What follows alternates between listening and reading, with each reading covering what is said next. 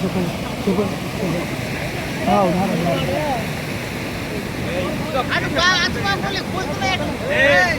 అడ్వోక్ అడ్వోక్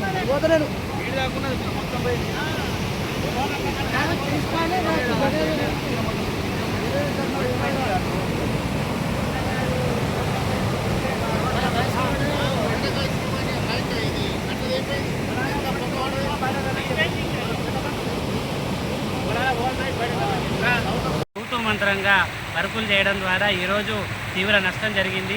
చెరువు తెగిపోవడం జరిగింది. రైతులకు మరియు మత్స్యకారులకు తీవ్ర నష్టం వాటిల్లింది.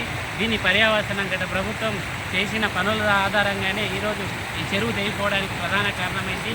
దీని మీద ఆధారపడి అనేక మంది రైతులు ఆధారపడి బతుకుతున్నారు. ఇలా వందల ఎకరాల నష్టం జరిగిపోతుంది. దీన్ని తొందరనే పునరుద్ధరించాలి. అలాగే ఈ పాలకులపైన చర్య తీసుకోవాలి. గత పాలకులపైన చర్య తీసుకొని ఖచ్చితంగా ఈ చెరువును మళ్ళీ పునరుద్ధరించాల్సిందిగా మనవి చేసుకుంటున్నాం.